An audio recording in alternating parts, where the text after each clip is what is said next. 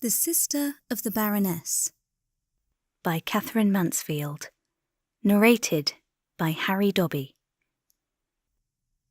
"There are 2 new guests arriving this afternoon," said the manager of the pension, placing a chair for me at the breakfast table. "I have only received a letter acquainting me with the fact this morning. The Baroness von Gall is sending her little daughter, the poor child is dumb, to make the cure. She is to stay with us a month, and then the Baroness herself is coming." "Baroness von Gall!" cried the Frau Doctor, coming into the room and positively scenting the name. "Coming here? There was a picture of her only last week in Sport and Salon. She is a friend of the court. I have heard the Kaiserin says do to her." "But this is delightful.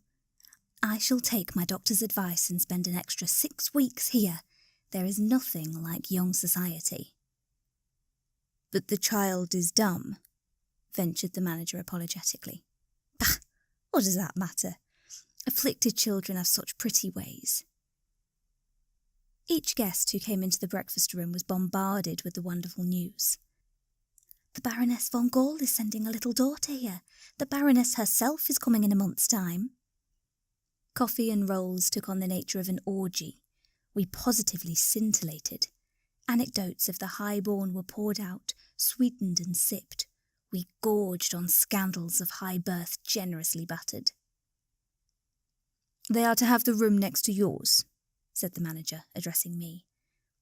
"I was wondering if you would permit me to take down the portrait of the Kaiserin Elizabeth from above your bed to hang over their sofa." "Yes, indeed, something homelike." The Frau Oberregensrat patted my hand. "And of no possible significance to you." I felt a little crushed. Not at the prospect of losing the vision of diamonds and blue velvet bust, but at the tone, placing me outside the pale, branding me as a foreigner. We dissipated the day in valid speculations, decided it was too warm to walk in the afternoon, so lay down on our beds, mustering in great force for afternoon coffee. And a carriage drew up at the door. A tall young girl got out, leading a child by the hand. They entered the hall, were greeted and shown to their room. 10 minutes later she came down with the child to sign the visitor's book. She wore a black, closely fitting dress, touched at the throat and wrists with white frilling. Her brown hair, braided, was tied with a black bow, unusually pale, with a small mole on her left cheek. "I am the Baroness von Gall's sister," she said, trying the pen on a piece of blotting paper and smiling at us deprecatingly. Even for the most jaded of us, life holds its thrilling moments. 2 baronesses in 2 months. The manager immediately left the room to find a new nib. To my plebeian eyes, that afflicted child was singularly unattractive. She had the air of having been perpetually washed with a blue bag, and hair like grey wool, dressed, too, in a pinafore so stiffly starched that she could only peer at us over the frill of it, a social barrier of a pinafore.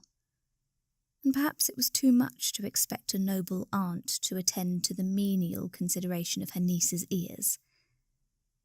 But a dumb niece with unwashed ears struck me as a most depressing object. They were given places at the head of the table. For a moment we all looked at one another with an Ina-dina-dina-do expression. Then the Frau Oberregensrat.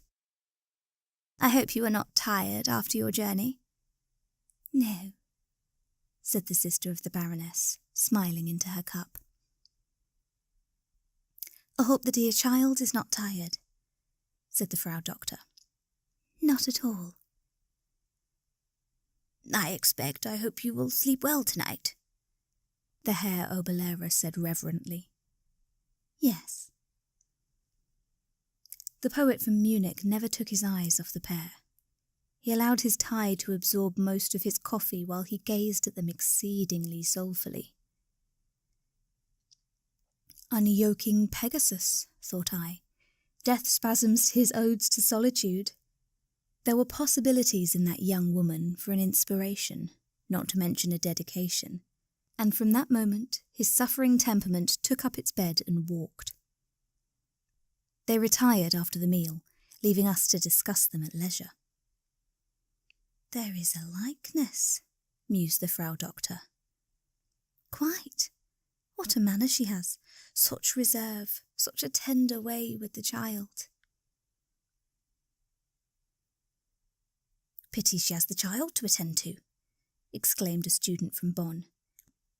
He had hitherto relied upon 3 scars and a ribbon to produce an effect, but the sister of a Baroness demanded more than these. Absorbing days followed. Had she been 1 whit less beautifully born, we could not have endured the continual conversation about her, the songs in her praise, the detailed account of her movements. But she graciously suffered our worship, and we were more than content.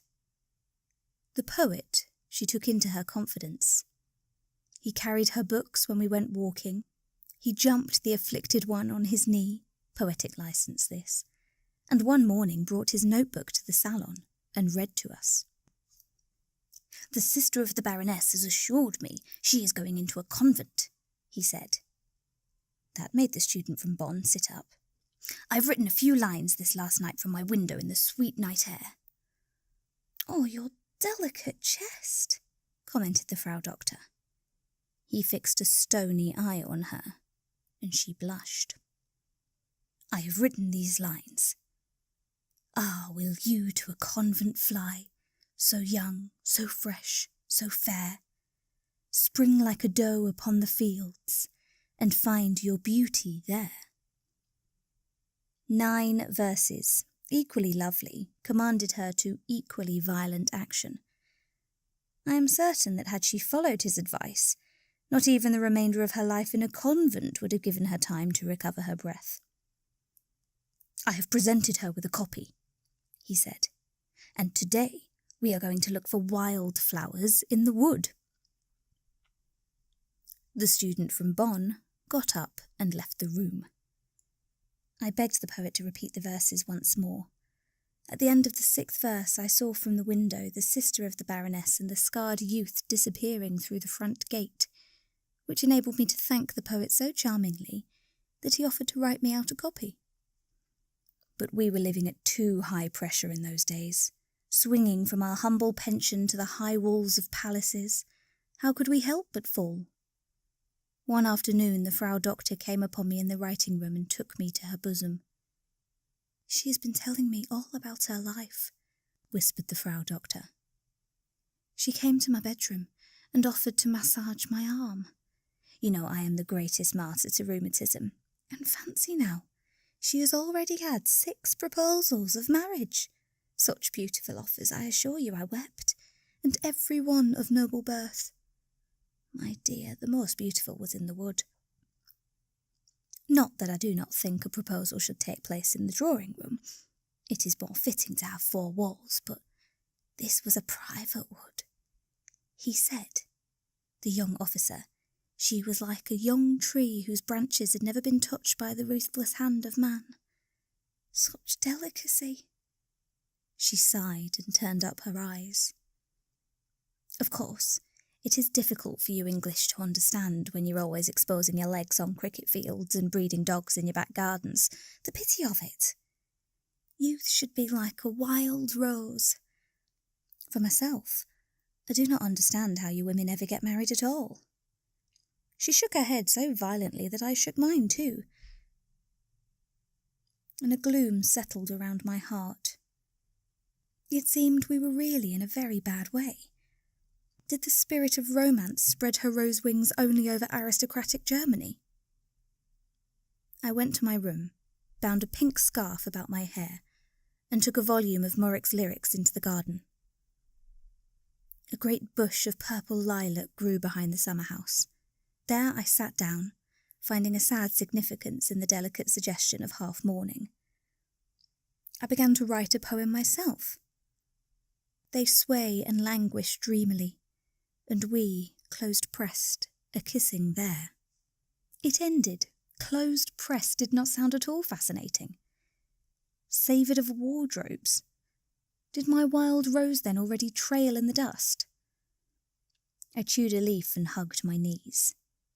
Then, magic moment, I heard voices from the summer house, the sister of the Baroness, and the student from Bonn. Second hand was better than nothing. I pricked up my ears.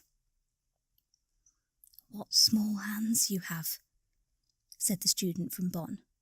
"They are like white lilies lying in the pool of your black dress." This certainly sounded the real thing. Her high-born reply was what interested me. Sympathetic murmur only. "May I hold one?" I heard 2 sighs. Presumed they held. He had rifled those dark waters of a noble blossom. "Look at my great fingers beside yours." "But they are beautifully kept," said the sister of the Baroness shyly. "The minx! Was love, then, a question of manicure?" "How I should adore to kiss you," murmured the student. "But you know I am suffering from severe nasal catarrh, and I dare not risk giving it to you. 16 times last night did I count myself sneezing, and 3 different handkerchiefs." I threw Marik into the lilac bush and went back into the house. A great automobile snorted at the front door. In the salon, great commotion. The Baroness was paying a surprise visit to her little daughter. Clad in a yellow mackintosh, she stood in the middle of the room questioning the manager. And every guest the pension contained was grouped about her, even the Frau Doctor, presumably examining a timetable, as near to the august skirts as possible. "But where is my maid?" asked the Baroness. "There was no maid," replied the manager, "save for your gracious sister and daughter." "Sister?" she cried sharply. "Fool, I have no sister. My child travelled with the daughter of my dressmaker." Tableau grandissimo,